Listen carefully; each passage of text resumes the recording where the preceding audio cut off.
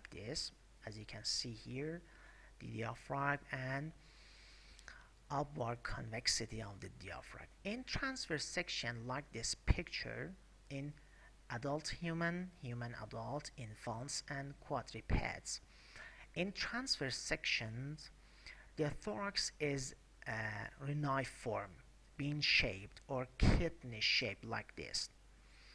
The transverse diameter, the transverse diameter is greater than anterior posterior diameter. However, in infants below the age of 2 years, it's circular. Look at this, it's circular in infants. In quadrupeds, the anterior posterior diameter is greater than the transverse, as you can see here, in human adults, infants, and quadrupeds. In infants that has a circular thoracic shape, the ribs are horizontal, and as a result, the respiration is purely abdominal by the action of the diaphragm. In adults that has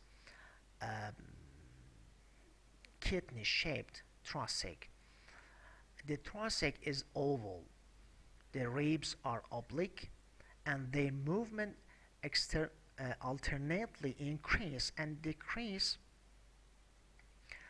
the diameter of the thorax.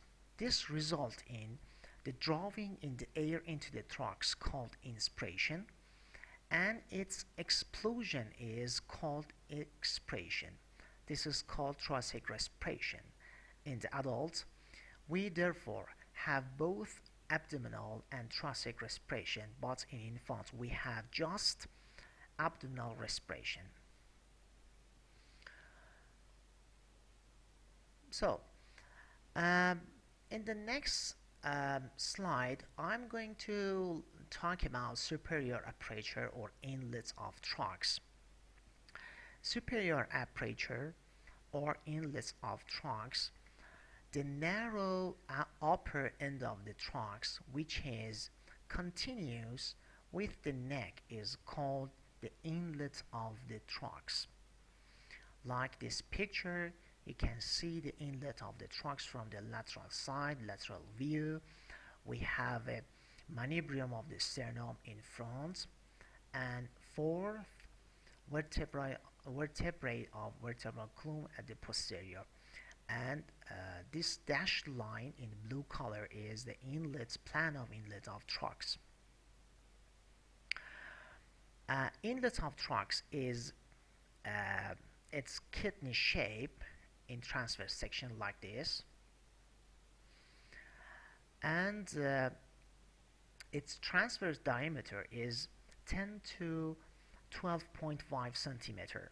The anterior posterior diameter is about 5 centimeter. What about boundaries of inlet of thorax? We have anterior, posterior, and lateral side of the inlet.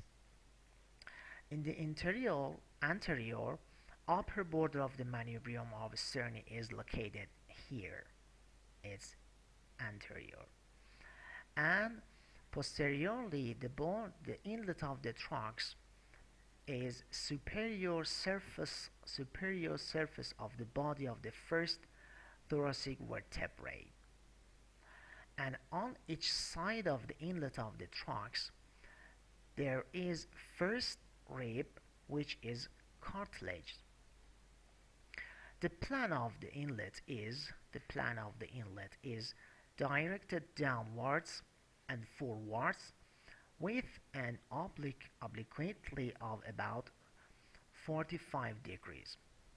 The anterior part of the inlet lies 3.5 centimeter below the posterior part, so that the upper border of the manubrium sterni here lies at the level of the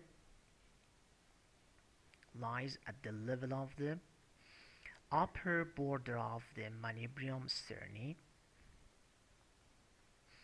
lies at the level of the upper border of the third thoracic vertebra, 1, 2, and three upper border of the three thoracic vertebrae.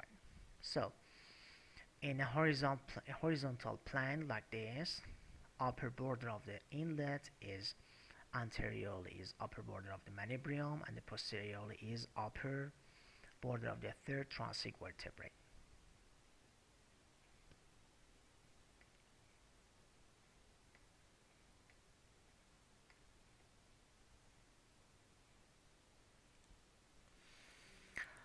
The inlet of thorax has two parts, right and left, with a cleft in between.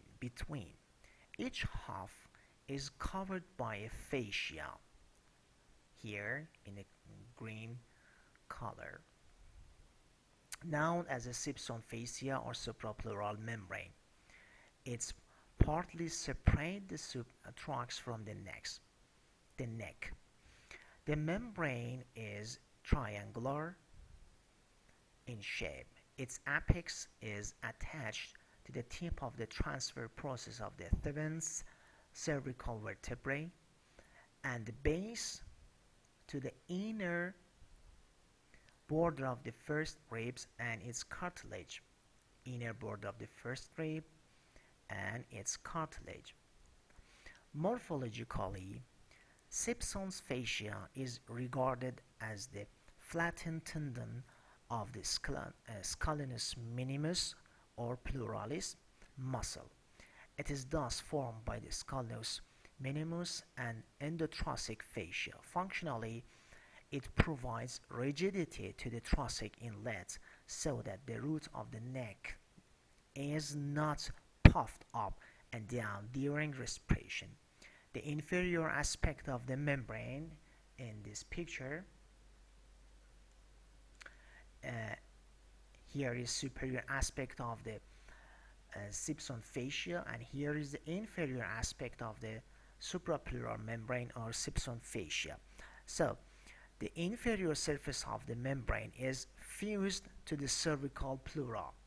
We have here lungs and cervical pleura. So inferior surface of the suprapleural membrane is fused to the cervical pleura, beneath which lies the apex of the lung. Here, beneath the blue of the cervical pleura, here we have the apex of the lung, and the inferior surface of the pleural membrane is attached to the cervical pleura. Its superior surface is related to the subclavian vessels like subclavian artery and subclavian veins and other structures at the root of the neck.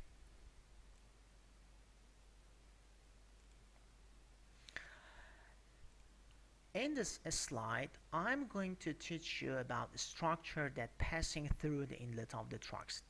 It's very important. And we have several things that are passing through the inlet of the thorax.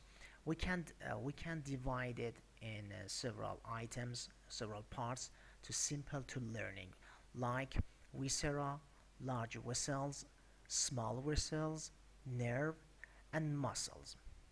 So let's get started to study the structure passing through the inlet of the thorax.